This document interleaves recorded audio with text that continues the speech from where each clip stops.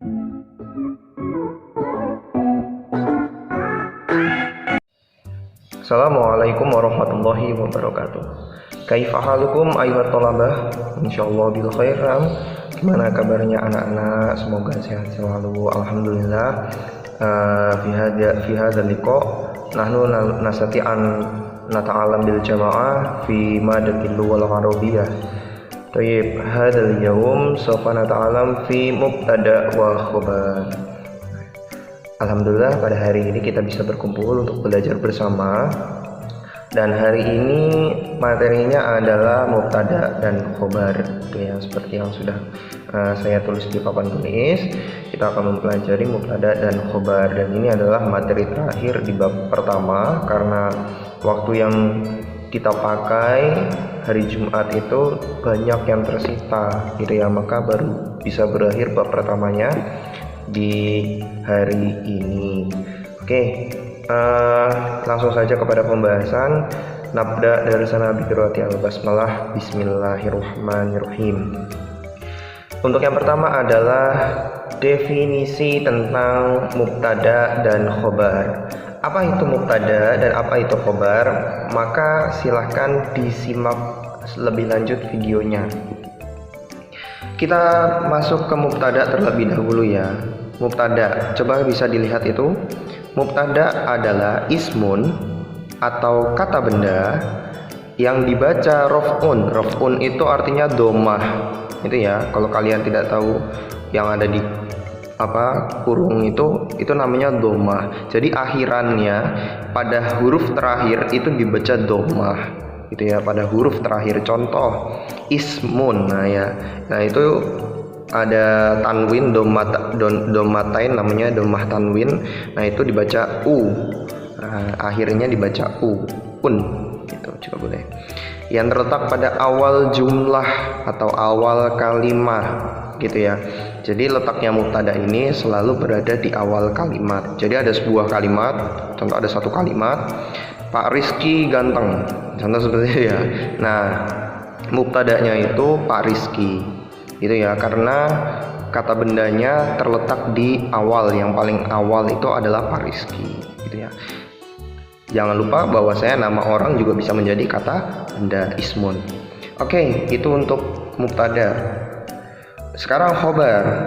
Khobar adalah ismun atau kata benda yang dibaca raf'un, mengikuti mubtadanya atau domah ya, dibaca raf'un atau domah, letaknya setelah mubtada. Jadi letaknya si khobar ini ketika dalam keadaan normal itu selalu berada di belakangnya mubtada. Jadi setelah mubtada itu langsung ada khobar, gitu ya. Jadi tidak terpisahkan mereka berdua ini ya, membentuk sebuah jumlah mufidah. Jumlah mufidah itu adalah kalimat sempurna, seperti itu ya, kalimat sempurna artinya jumlah mufidah.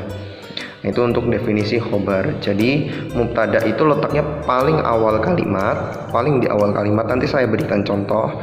Khobar itu letaknya setelah mubtada, gitu ya. Oke, lalu yang terakhir di sini ada definisi kalimat yang terdiri dari mubtada dan khobar. Itu disebut sebagai jumlatun ismiyatun, gitu ya. Jadi kalimat yang terdiri dari mubtada dan khobar, itu ya, mubtada dan khobar itu namanya jumlatun ismiyatun. Sebagaimana kita ketahui, pembagian kalimat di dalam bahasa Arab itu ada dua. Yang pertama ada jumlah ismiyah, yang kedua ada jumlah fi'liyah. Di pelajaran materi sebelumnya kita sudah mempelajari itu. Jadi bisa ditengok materi sebelumnya ya yang pernah kalian catat, atau kalau misalkan belum bisa cek Google Classroom-nya, di situ ada materinya. Itu jumlatun ismiyatun. Oke, lanjut lagi ya. Nah, ini pembahasan terakhir tentang mubtada dan khobar. Di sini mubtada dan khobar contohnya ada dua. Yang pertama dengan menggunakan contoh mudzakkar, ini ya contoh mudzakkar. Yang kedua menggunakan contoh muannats. Perbedaannya dulu. Mudzakkar, jangan salah, mudzakkar itu adalah laki-laki, gitu ya, semua benda yang laki-laki. Lalu muannats itu adalah perempuan, gitu ya. Semua benda yang perempuan, gitu ya. Kalau laki-laki dan perempuan itu hanya untuk membedakan nama orang saja untuk kata benda. Untuk benda mati, gitu ya, atau hewan atau tumbuhan, itu mudzakkar dan muannasnya dibedakan menjadi yang pertama, kalau mubtada kalau mudzakkar itu akhirannya tidak menggunakan tak marbutoh. Huruf akhirnya itu tidak menggunakan tak marbutoh. Lihat ini ya.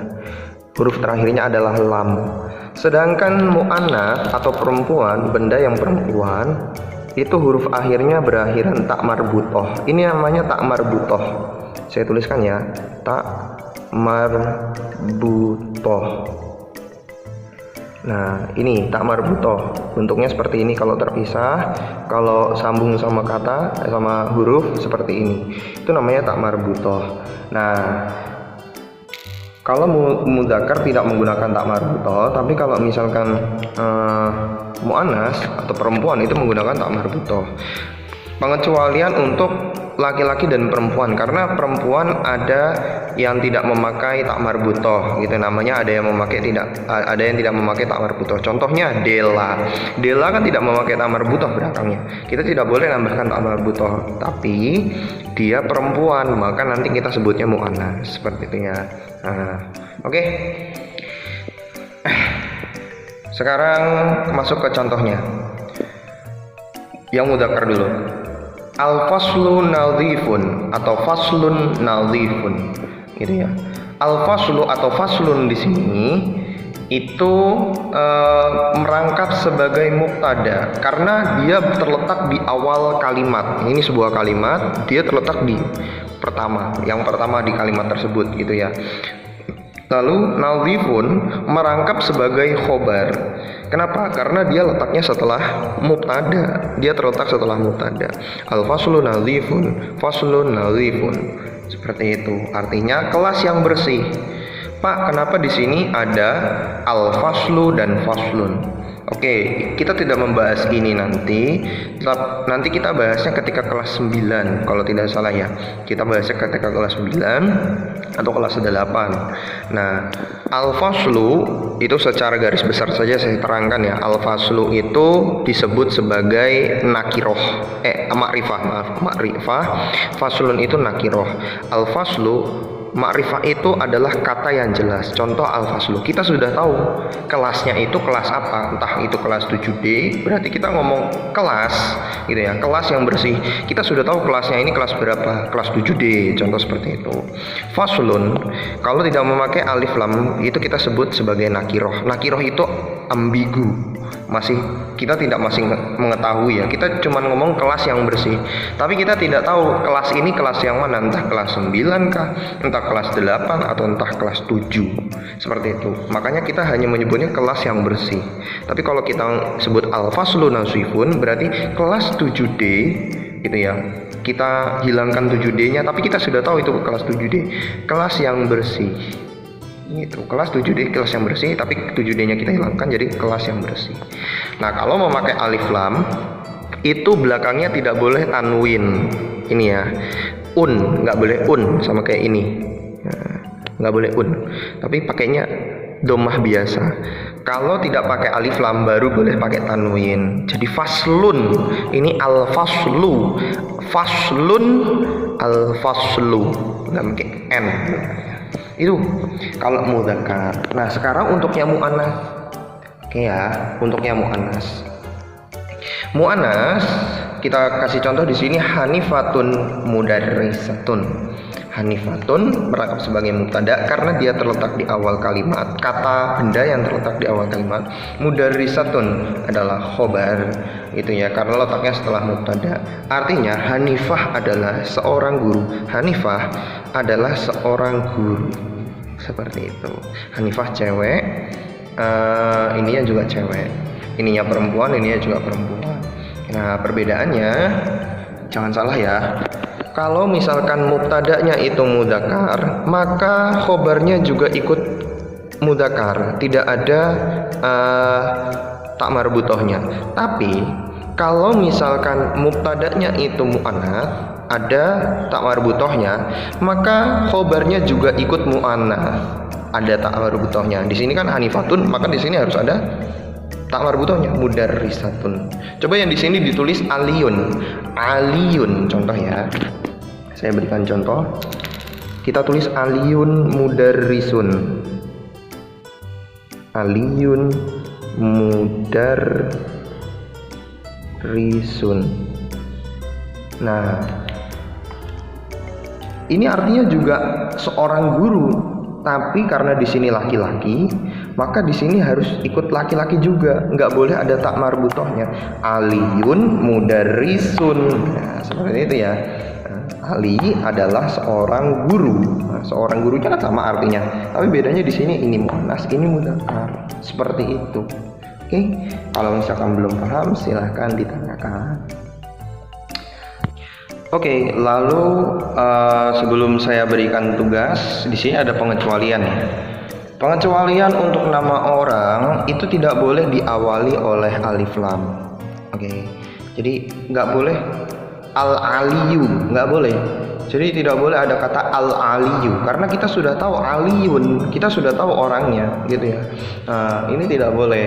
Jadi di nakirah dan ma'rifah nama orang itu tidak boleh diberikan alif lam, diawali oleh alif lam, seperti itu ya. Yang boleh hanya kata benda mati saja. Al-faslu, al-qalamu, al-kitabu itu boleh, tapi kalau nama orang tidak boleh. Oke. Untuk tugasnya, silakan berikan contoh mubtada dan khobar dari muannas dan mudzakkar, gitu ya. Masing-masing 2 kalimat. Jadi muannas 2, mudzakarnya 2. Jadi ada 4 kalimat ya, yang bentuknya seperti tadi contoh. Boleh mencari di Google, silahkan. Boleh membuat sendiri lebih baik. Kalau misalkan kalian tidak tahu ya boleh cari di kamus, gitu ya. Yang penting kalian paham untuk mubtada dan khobar, karena mubtada dan khobar ini akan terpakai sampai kita kelas 9 nanti, gitu ya. Sampai kita kelas 9 nanti masih kita pelajari. Seperti itu ya. Terima kasih. Itu saja dari Pak Rizky untuk pelajaran bahasa Arab kali ini. Tugasnya dikerjakan, saya tunggu dikumpulkan di Google Classroom. Syukrun ala kulli ihtimam. Nakhtatim darsana bi qiraati alhamdulillah, alhamdulillahirabbil alamin. Astaghfirullahaladzim min jamil khotaat. Wassalamualaikum warahmatullahi wabarakatuh.